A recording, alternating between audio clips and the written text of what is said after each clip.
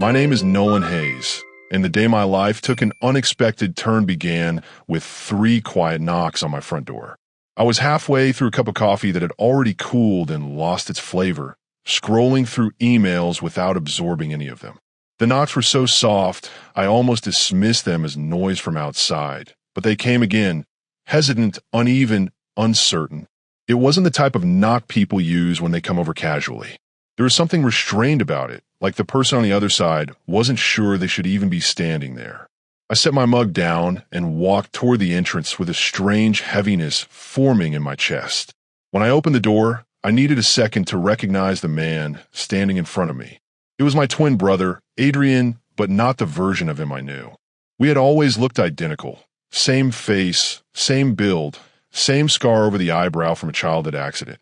Yet the person at my door barely resembled the brother I grew up with. His posture was collapsed inward. His head hung low, and when he lifted his eyes toward me, the shock hit me harder than the sight of the bruises themselves. A deep purple bruise stained the left side of his face, spreading across his cheekbone. Faded remnants of older injuries surrounded the fresh one. His lip was cracked. One eye seemed slightly swollen. When he shifted his stance, he instinctively brought an arm around his ribs, as if they had become fragile. His knuckles were scraped raw. There was nothing accidental about any of it. The worst part wasn't the physical damage. His eyes had lost their usual light. Adrian had always been the one who found humor in everything, who handled stress better than I ever did, who could shake off bad days with a shrug. The man standing in front of me looked hollowed out. I stepped aside and motioned for him to come in. He walked past me silently, moving as though every step carried weight. After I closed the door, he stood in the middle of my living room with his arms wrapped tightly around himself. He didn't speak, and I didn't interrupt him. There was something about the way he looked at the floor that made me feel like any sudden movement might cause him to break apart. "Adrian," I finally said, keeping my voice low. He reacted to his name with a small flinch. It was the type of involuntary response that spoke louder than anything he could have explained. I asked him what had happened, though part of me already feared the answer. He sat down carefully on the edge of my couch, bracing himself with one hand as if his entire body hurt. When he leaned forward, his clasped fingers trembled. It took him time to speak, and when he finally did, his voice was rough and strained. "It's Melissa's brothers," he said. "I remember them well enough. Brandon and Darren. Loud, domineering men who treated every room like it belonged to them. I had never liked them, but I had assumed their behavior was just arrogance. I had never imagined this." Adrian described how it started with comments disguised as jokes, the type of remarks people pretend are harmless but are not harmless at all. They questioned his job, his abilities, his worth as a man. Melissa, his wife, sometimes laughed along. Other times she ignored it completely. He tried to brush it off in the beginning, believing it would pass. It didn't. The brothers began inviting themselves over. They opened his refrigerator without asking, turned on the television, stayed for hours, and made themselves comfortable in a way that suggested they believed the house belonged to them. Adrian explained how they pushed past boundaries, ignored the word no, and treated him like someone taking up space instead of a husband and father in his own home. One night, he told them it was late and time for them to leave. Brandon shoved him into a wall in the garage. Darren held his arms down. Brandon struck him repeatedly while lecturing him about knowing his place. The fear in Adrian's voice was more disturbing than the details of the assault itself. They warned him that if he ever told anyone, they would make sure he lost everything: his marriage, his daughter, and any credibility he had. They said nobody would believe him. They claimed they could portray him as unstable and dangerous. They told him Melissa's family would support them no matter what happened. He tried explaining the situation to Melissa, but she dismissed his concerns, insisted he was exaggerating, and told him her brothers were simply traditional and protective. She suggested he should stop taking everything so seriously. Hearing him describe that conversation hurt almost as much as hearing about the physical abuse. He spoke about Emma, his 8-year-old daughter. She hid in her room whenever her uncles arrived. She startled at loud voices. She asked him privately why her uncles disliked him. He didn't have an answer he could give her. Adrian's shoulders shook as he talked. He said he barely slept anymore. He felt trapped in a constant state of fear, unsure of what his next day would bring. He worried that Brandon or Darren might one day turn their attention toward Emma. He admitted that he was reaching a breaking point. Then he asked me for something I had never expected. He needed time to get away, to breathe, to think, but he couldn't simply disappear. He was terrified of what would happen if the brothers realized he was gone. He believed the only way he could leave safely was if someone else took his place temporarily. Since we were identical twins, and because Melissa's family barely paid attention to him as a person, he believed they would not notice the difference. He looked at me with a mixture of desperation and shame while asking. There were no dramatic gestures, no speeches, just a man who had run out of options. I understood what he needed before he finished explaining. I told him I would help him. I would take his place so he could escape the situation long enough to regain control of his life. I didn't raise my voice or attempt to sound brave. I simply agreed because I could see he had no strength left. That conversation in my living room marked the beginning of a path I had not expected to walk. Adrian needed protection, and I was the only person who could give him the chance to take back his life. Preparing to step into my brother's life felt strangely similar to studying for an exam I had never planned to take. Everything depended on learning details that most people overlook in their everyday routines. The first night after Adrian confided in me, we sat at my kitchen table for hours, and he explained every part of his day. What time he left for work, how he greeted coworkers, the way he carried himself around Melissa, where he kept his keys, how he usually responded when someone raised their voice. These were things that seemed small on the surface, yet he insisted they mattered. Adrian's movements were different from mine now. He had developed the posture of someone prepared to shrink out of a room. His shoulders rounded, his voice softened, his eyes drifted downward when confronted. I watched him closely, copying the way he rubbed the side of his neck when he felt nervous, how he folded his arms in front of his stomach when he braced for criticism. He apologized often, and sometimes without reason. It was a habit he had acquired, and I needed to replicate it convincingly. We spent 2 full days rehearsing. He walked me through the layout of the house, including where Emma liked to draw, which lamp flickered, and which neighbor tended to watch through a window. He handed me his wallet, phone, keys, and passwords. His expression tightened each time he passed something over, as though he were peeling away pieces of himself. The bruises on his ribs made it difficult for him to sit upright for long periods, so he switched between sitting, standing, and pacing slowly in short circles. It wasn't until he gave me his phone that I saw the extent of the messages he had received from Brandon and Darren. The texts were full of condescending comments, late-night demands, and thinly veiled threats. Reading through them made my stomach twist.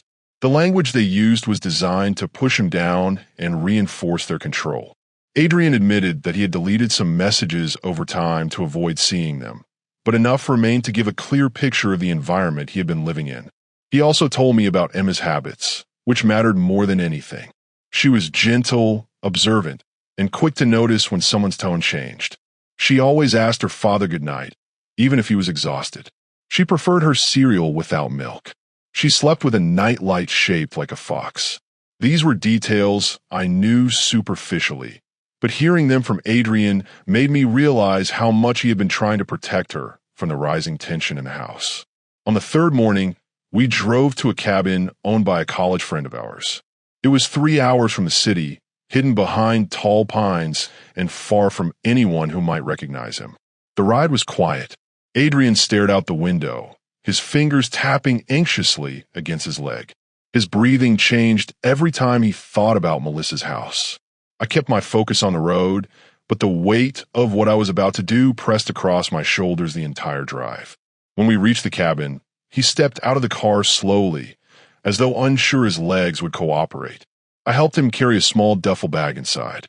The place was simple but comfortable, with warm lighting and a stocked kitchen. Adrian stood in the middle of the living room, taking in silence.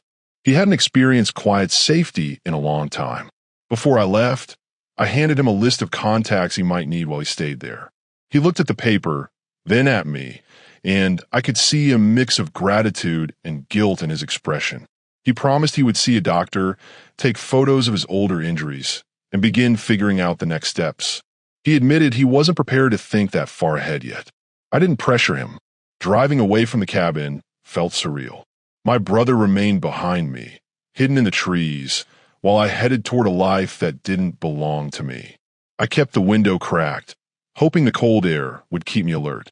My hands tightened around the steering wheel as the suburbs came into view. I rehearsed my responses, short, apologetic, cautious. When I pulled into the driveway of Adrian's house, the lights inside were already on. The home looked peaceful from the outside, which made the contrast with Adrian's story feel even sharper. I sat for a moment, letting my heartbeat slow before stepping out. Inside, Melissa stood at the kitchen counter preparing vegetables for dinner. She didn't turn around when I entered. She called out a greeting in a distracted tone, asking where I had been. I kept my response careful and brief, matching Adrian's softness. She didn't question it. The house had a muted atmosphere. Small details revealed months of tension. A stack of unopened mail on the table. A blanket on the couch bunched in a way that suggested someone had slept there.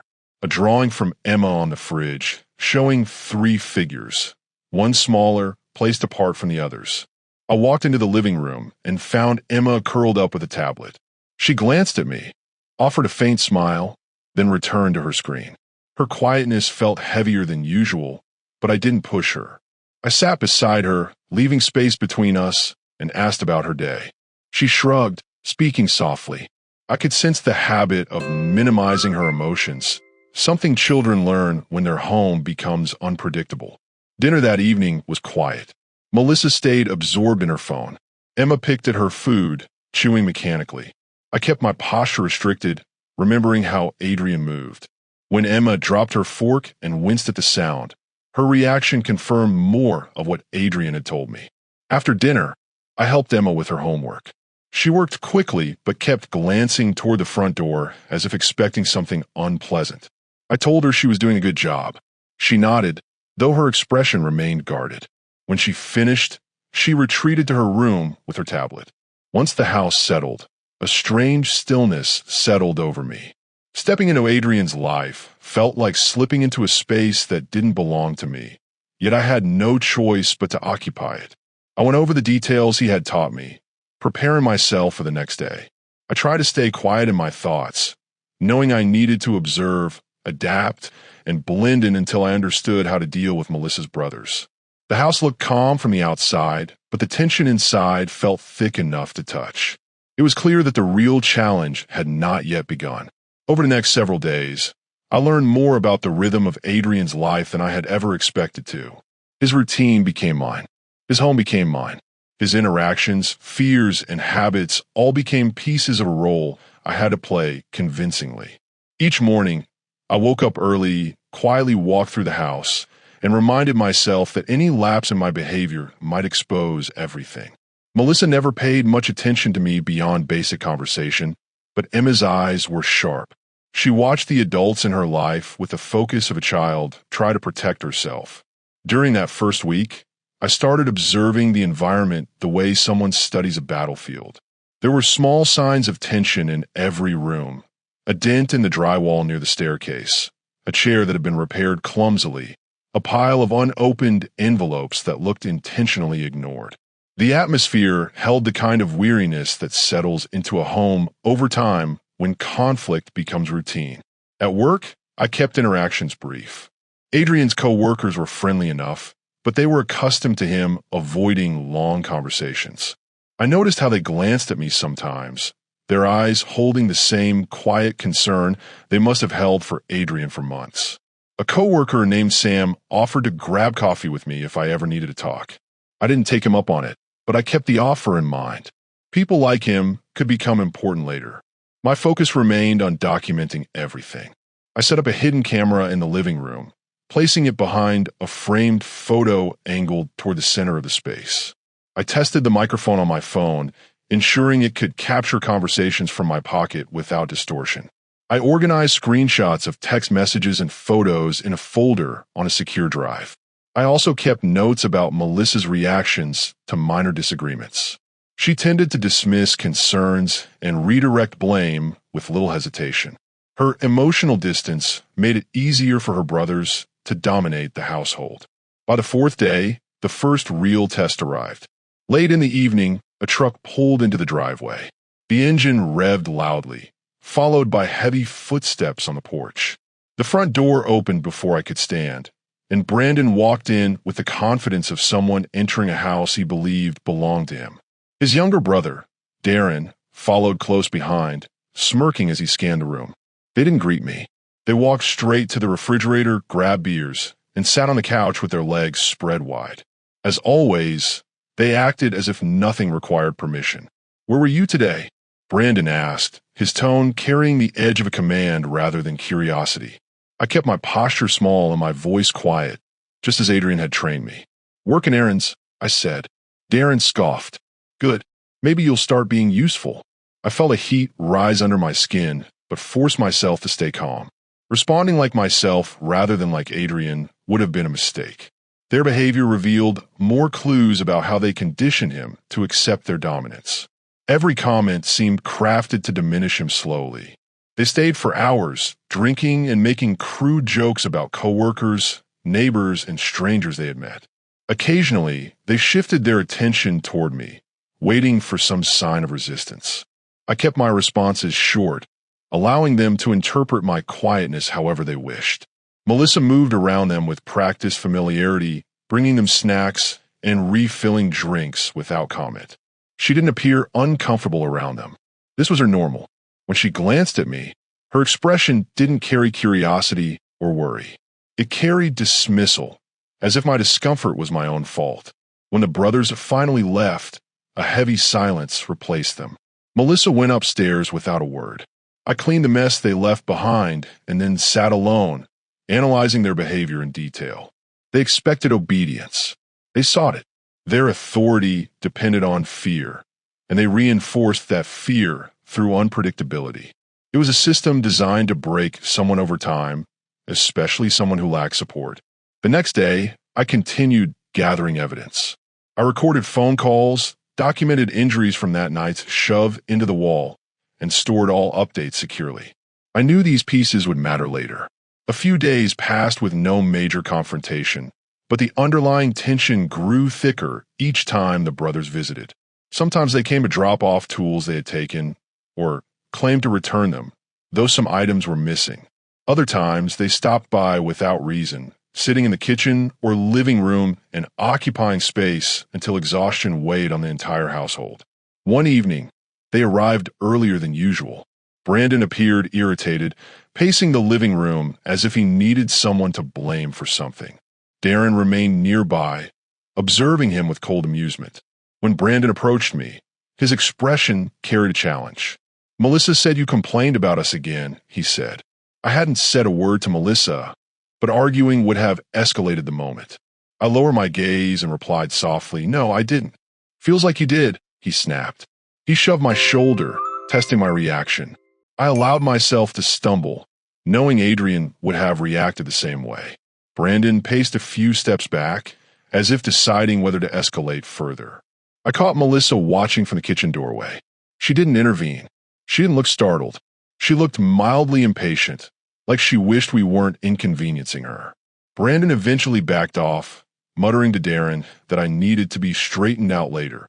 Their behavior solidified my understanding that boundaries didn't exist here. Each day Adrian had spent in this house had stripped away pieces of him. The pressure was constant, deliberate, and cruel. Emma's behavior reinforced everything. She observed from doorways, listened for footsteps, and kept her voice low when her uncles were present. Her drawings shifted in tone. The shapes darkened, the expressions turned fearful. One picture showed a small figure squeezed between two larger ones. She told me it was a day when the house felt loud. That night, after she went to bed, I reviewed the footage from the hidden camera. It captured enough already to demonstrate a clear pattern of intimidation. I added timestamps and notes, making sure no detail slipped through the cracks. By the end of that week, I understood Adrian's fear far more deeply than I had anticipated. Every hour in that house felt like walking along a wire that could snap if Brandon or Darren decided it was time to test their power again. The longer I stayed, the more committed I became to collecting everything necessary to dismantle them in a way they couldn't deny or manipulate. The situation was no longer just a matter of helping Adrian escape. It was about ensuring they would not be able to rebuild their control over him or anyone else in that household. The more time I spent in Adrian's place, the clearer the larger pattern became. Brandon and Darren were not simply aggressive relatives who crossed boundaries occasionally. Their behavior followed a calculated rhythm. They used unpredictability, surprise visits, and sudden mood shifts to keep the household anxious. When they weren't physically intimidating, they relied on comments designed to undermine. Every conversation seemed crafted to reduce someone's confidence. Observing it firsthand explained how Adrian had slowly unraveled. During the second week, I became more deliberate in gathering evidence. I captured audio from phone calls, documented injuries, and saved every belittling message they sent. The hidden camera continued to record their visits. I positioned myself so the lens caught their expressions, gestures, and the force behind their actions. The footage showed the casual ease with which they treated Adrian's home as their territory. I also started watching Melissa more closely. Her reactions mattered because they shaped how her brothers behaved. She functioned as a bridge between them and the household, although she rarely intervened in anything. She dismissed tension with small sighs or a change of subject. She showed impatience when stress escalated, as if conflict existed for no reason other than inconvenience. Every time she walked away from a moment where empathy should have appeared, I noted it. One Wednesday evening, she found me cleaning up the living room after the brothers had left. She leaned against the doorframe with her arms crossed. It wasn't confrontational, but her posture held a detached quality that made it difficult to decipher what she felt. "You've been quiet lately," she said. "Quieter than usual." I kept my tone neutral. Work has felt overwhelming. She nodded in a way that suggested she accepted the answer only because it required no follow-up. She didn't ask more. Instead, she made a comment about needing to plan visits with her parents. The conversation drifted away, and she soon returned to whatever she had been doing. It struck me that silence benefited her. If she didn't acknowledge problems, she didn't have to confront any of them. Toward the end of the second week, the brothers' behavior escalated slightly. Nothing as severe as what Adrian had experienced, but enough to reveal their desire to reassert dominance whenever they sensed hesitation. One afternoon, they arrived unexpectedly, irritated about a disagreement with a neighbor. Brandon paced through the living room with clenched hands while Darren drank a beer on the couch. "How come you didn't tell Melissa about the lawn situation?" Brandon demanded, though the topic had nothing to do with me. She said the yard looked like it needed attention. I had no idea what he was referring to, but I responded the way Adrian would have, quietly, cautiously. "I didn't realize it was an issue." "It is when she says it is," Brandon snapped. He stepped closer, and the impact of his presence alone created tension. His eyes had a sharpness that reminded me of a person searching for an excuse to release anger. The air in the room tightened. I held my posture small, resisting the instinct to stand my ground. That wasn't the man I was portraying. Eventually, he backed off. The moment passed, yet the house stayed tense long after they left.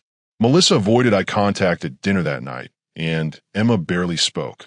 I helped Emma finish her homework, then watched her walk up the stairs slower than usual. She turned back once, as if expecting someone to call after her. When no one did, she hurried to her room and closed the door softly. On Friday, I visited a walk-in clinic using Adrian's name. I needed medical documentation for the bruises I had accumulated. A doctor examined me with careful attention. She didn't accuse me of hiding anything directly, but her eyes lingered on the patterned marks across my ribs longer than necessary. She asked twice whether I felt safe at home. I responded with noncommittal phrases, just enough to avoid revealing the situation before I had all the evidence I needed. She documented everything thoroughly. The medical notes and photographs became another part of the growing file I kept secure. Observing her concern helped me imagine what Adrian might have gone through each time he considered telling someone, but decided not to. Shame, fear, confusion, doubt. They all worked together to keep him silent. After gathering enough initial evidence, I focused on building a stronger support network. I began informal conversations with neighbors, especially Mrs. Alvarez, who often watched the street from her porch. She approached me while watering her plants one afternoon. "You look tired," she said. "More tired than usual." I paused before answering. "It's been a heavy few weeks." She studied my face carefully. "If you ever need anything, you can knock on my door. People notice more than you think." Her words carried subtle weight. I suspected she had heard arguments or shouting from the house over the past year. I thanked her sincerely. Connections like hers would be essential when the time came. At Adrian's workplace, I maintained his pattern of quiet efficiency. I noticed how colleagues looked at me with gentle caution, as though they had sensed the decline in his spirit long before he reached me. Sam, the coworker who had offered coffee earlier, tried again. "You've seemed overwhelmed," he said. "If you want a place to talk, I'm around." I kept my tone light, but dismissed the offer gently. The purpose wasn't to confide in him. It was to build a trail of witnesses who could later verify Adrian's emotional state. Sam's concern would matter when the story unfolded. One evening during the third week, I found myself organizing all the evidence across a dining table covered in notes, screenshots, and timestamps. The camera footage showed clear aggression for Brandon and Darren. The audio files captured their threats. The text messages documented patterns of humiliation and manipulation. Combined with medical records and witness observations, the structure of a case was becoming solid. As I worked, I heard Emma's soft footsteps in the hallway. She peeked into the room, but didn't step inside. Her voice was barely above a whisper. "Are you okay?" "Yes," I said gently. "Why do you ask?" "You seem worried," she replied. Her awareness reminded me of how much she had absorbed. Children observe before adults realize they're watching. I reassured her and sent her back to bed, but the interaction stayed with me. The longer I stayed in the house, the more determined I became. I didn't want to simply survive the situation until Adrian returned. I wanted a complete record, something powerful enough to dismantle Brandon and Darren's influence permanently. Their control had gone unchallenged for years, supported by silence, denial, and the absence of consequences. The environment had shaped every person in the household differently, and none of them had been able to break free. I didn't know exactly how the confrontation would unfold yet, but I knew it would require timing, precision, and an unshakable structure of evidence. Each passing day confirmed that the situation could not continue indefinitely. Something decisive would need to happen soon. As the weeks passed, the strain inside the house grew heavier. Brandon and Darren seemed to sense shifts in the atmosphere, even if they couldn't identify the reason. They watched me more closely, as though waiting for a mistake. Their suspicion didn't change their behavior, but sharpened it. Every remark landed harder. Every unannounced visit carried an extra layer of tension. They were growing careless too, more open about their cruelty, more certain that nothing could touch them. The change in their confidence convinced me the time for gathering evidence was nearly over. I had enough recordings to build a convincing case, but I wanted irrefutable proof of the psychological harm their presence had caused. Emma provided that without realizing it. Her drawings continued to darken, and I photographed each one after she left them on the kitchen table or bedroom floor. She avoided loud noises, avoided the living room, and avoided eye contact when either brother spoke to her. Those behaviors were subtle but unmistakable signs of fear. I documented everything. One evening, Darren sent me a string of messages ordering me to rearrange the garage before he arrived. I knew he intended it as another test. He wanted to walk into the house and find everything exactly as he demanded. I spent an hour filming the garage quietly, narrating the interaction in case his behavior escalated when he appeared. When he arrived, he didn't even inspect the work. He only shoved past me and muttered something about finally learning to listen. I recorded the entire encounter with my phone in my pocket. Later that night, I sat outside on the back porch, letting the cold air ease the ache in my ribs. Melissa stepped out a few minutes later. She wrapped her arms around herself and stared into the yard without speaking. I waited, wondering whether she had finally reached a breaking point. "You should try harder with them," she said eventually. "Brandon and Darren only lose their tempers when they feel disrespected." The explanation landed with a dull finality. It confirmed the pattern I had already recognized. She interpreted everything through the lens of her brothers. Their discomfort mattered more than mine. Her tone wasn't angry. It was resigned, as if she couldn't imagine a world where her brothers weren't the center of every decision. I didn't respond to her comment.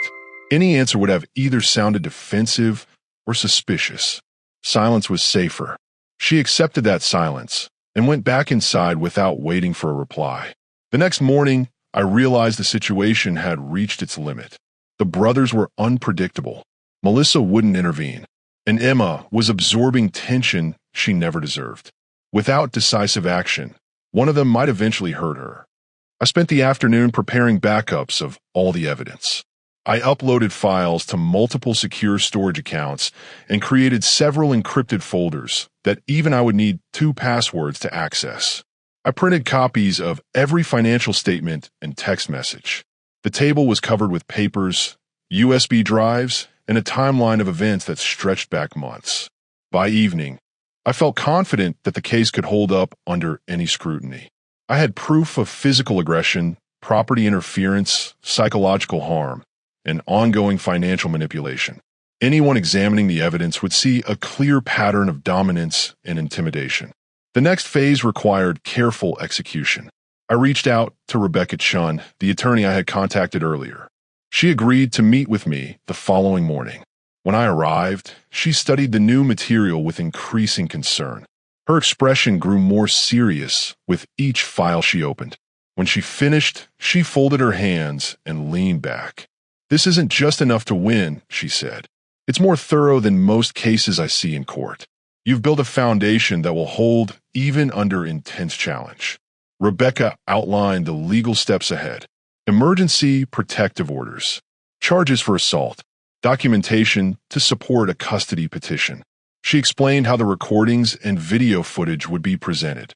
She also recommended coordinating with law enforcement before confronting the brothers to minimize any risk of retaliation. We agreed to a date for the confrontation dinner 2 weeks out. The time frame allowed her to file necessary motions and contact the detective who had expressed interest in the case earlier.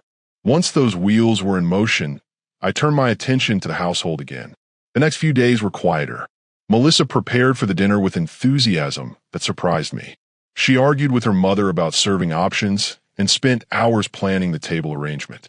Her excitement grew each time she believed I had come around to her family's expectations. She saw the event as a symbolic correction. She couldn't see the shift taking place beneath the surface. Emma seemed lighter once she learned she could stay with Mrs. Alvarez for sleepover. She packed her small bag with unusual excitement, talking about cookies and stories. I hugged her tightly when I dropped her off.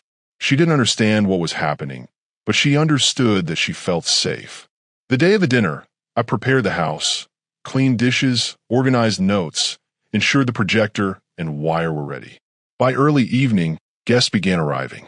Brandon and Darren walked in with the confidence of people who believed they controlled every room they entered. Their parents arrived soon after, followed by extended relatives and friends. The atmosphere resembled a celebration. I served dinner the way Melissa expected: quiet, efficient, unobtrusive. Brandon made several comments about my posture and the way I held myself. Darren joked about how training had finally worked. I kept my expression even. After dessert, I asked the guests to move to the living room. They settled in with relaxed curiosity. Melissa stood near the doorway, pleased with how smoothly the evening had gone. Brandon leaned back into the couch with folded arms, certain he already knew what was coming. I picked up the remote and turned on the projector. The first image appeared, a photo of my bruised face from a month earlier. The room quieted instantly. A shift rippled across every person present. Even Melissa stopped moving. I spoke clearly without raising my voice. I explained the pattern of aggression. I explained the recordings they were about to hear. I explained that every photograph, message, and injury had been documented. Then I played the first audio file. Voices filled the room. The rhythm of impact. Cruel remarks delivered without hesitation. Laughter that revealed intent. I didn't look at Brandon or Darren right away. I studied the guests instead. Shock, confusion, disbelief. Some lowered their eyes. Others stared straight at the screen, unable to look away. When the recording finished, I changed slides to the ledger of unauthorized withdrawals. Then the screenshots of directives and insults. Then the footage from the hidden camera showing Brandon grabbing me by the shirt and Darren shouting in the background. The most powerful moment came when Emma's frightened voice echoed through the speakers during the clip from the afternoon upstairs. Several guests gasped. Melissa's mother covered her mouth. Eyes widened, shoulders tensed. By the time the final image faded, the room felt frozen. No one spoke. The dinner had transformed into an unavoidable reckoning. The silence after the final clip felt dense enough to touch. No one shifted. No one breathed loudly. Brandon's earlier confidence had drained from his face, replaced by a rigid tension around his jaw. Darren's expression flickered between confusion and anger, as though he were still trying to understand how everything he dismissed as harmless had been laid out in front of their entire family. I let the quiet settle for several long seconds. The point wasn't to humiliate them. The point was to make sure everyone in the room saw what had been overlooked for too long. Their actions had existed in plain sight, disguised by excuses and habits. The evidence stripped away every layer. When I spoke, my voice stayed calm. I wanted all of you here because these things haven't happened in the dark. They've happened in places you visited. They've happened during evenings when the house looked peaceful on the surface. Every incident you heard tonight occurred with the expectation that no one would ever say anything. A few people lowered their gazes. Others stared straight ahead, unable to respond. Brandon finally leaned forward. "This is exaggerated," he said, but the shake in his voice betrayed him. "You're twisting things to make us look like monsters." I moved nothing on my face. Each photo has a timestamp. Each recording has a date. Each withdrawal and transfer has a bank signature. Nothing tonight required interpretation. You provided your own explanations with your own voices. His father placed a hand on his shoulder in an attempt to keep him seated. The gesture looked more like desperation than comfort.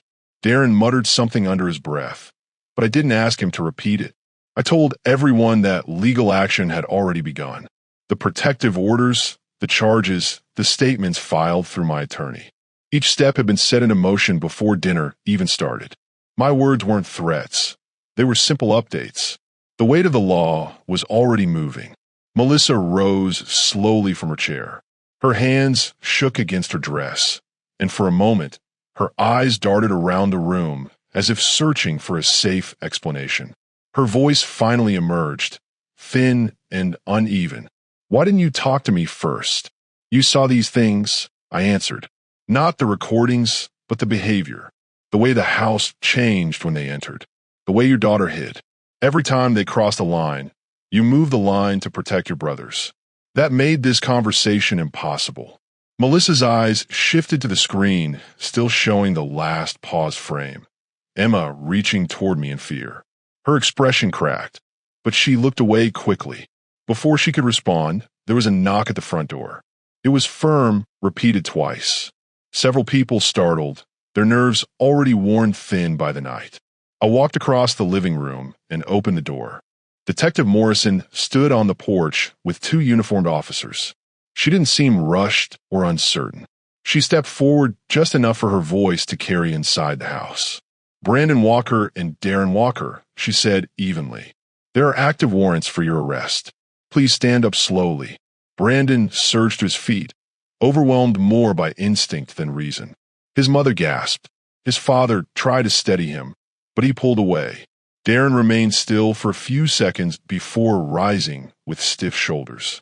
Brandon tried to object, insisting that the recording didn't tell the full story, but the detective didn't engage with any of it. She directed the officers forward. They secured Brandon's wrists first. He resisted, but they handled him with practiced firmness. Darren complied with less noise, though his expression twisted with disbelief. As they were led toward the door, Brandon turned his head toward me. His words came out in a strained whisper. "You'll regret this." "I've heard that before," I replied quietly. The officers escorted them to the waiting vehicles. The flashing lights reflected against the windows for several seconds before drifting away as the cars pulled down the street. The house grew still again, but the tension had changed. The threat had left. What remained was the weight of realization. I closed the door and faced the room. Melissa had sunk into her seat. She looked small, a stark contrast to the certainty she'd carried for so long. Her parents stood near her, unsure whether to comfort her or step back. The friends who had come for dinner avoided eye contact entirely. "I think it's time for everyone to leave," I said. People gathered their belongings and left quickly. Some whispered apologies. Others looked dazed, as though they had walked into a version of reality they never expected to encounter. Within minutes, only Melissa remained. She stared at the floor. When she finally spoke, her voice wavered. "What happens now?" "My brother will be filing for divorce," I said. "He'll be requesting full custody of Emma, and he'll be protecting himself with help this time." Her eyes lifted to mine. "Where is he?" "He's been safe for weeks." Understanding passed over her face, slow but unmistakable. Her next words were nearly silent. "You're not him. I'm his brother." She covered her face with both hands. Her shoulders trembled, but I didn't move toward her. Any comfort I could offer would only confuse the truth that needed to settle. The damage had already spread far beyond words. "I'll be staying here tonight," I said, keeping my tone steady. "Tomorrow, you should go to your parents' home. Attorneys will contact you soon." She didn't argue. She simply nodded once. I went to the guest room and closed the door. For the first time since stepping into Adrian's life, the house felt hollow instead of oppressive. I sat on the edge of the bed and exhaled deeply. Every bruise, every late-night planning session, every moment spent pretending to be someone who had already been beaten down, it all caught up to me at once. The exhaustion felt heavy, but not crushing. When I finally picked up my phone and called Adrian, he answered immediately. I told him the brothers were in custody, that the evidence had been presented, that Melissa now understood the extent of everything. He didn't speak for several seconds. When he did, his voice carried a mixture of disbelief and relief. "I didn't think anyone would ever believe me," he said. "They didn't have to believe," I replied. "They just had to see." We talked until the exhaustion in both our voices made it difficult to continue. Before we ended the call, he thanked me again. I told him he didn't owe me anything. Protecting him meant protecting Emma too. That had always been the goal. After hanging up, I lay back on the thin mattress of the guest bed. The house around me was quiet. For the first time, the quiet didn't feel dangerous. It felt like the beginning of something that could eventually resemble peace. By morning, the legal process would continue. Statements, hearings, custody arrangements, and everything that follows a storm. But the storm itself was no longer swirling overhead. It had broken the night before. I let myself breathe steadily, aware of each bruise, but no longer carrying their weight alone. The foundation for Adrian's new life was finally secure. What came next would belong to him, not the people who once controlled every corner of this house. And with that thought, I closed my eyes, letting the room settle into calm for the first time in a very long while. Thank you for listening to today's stories. If you enjoyed listening, please like and subscribe if you haven't done so already. Also, leave a comment below to share your thoughts on what happened. Take care.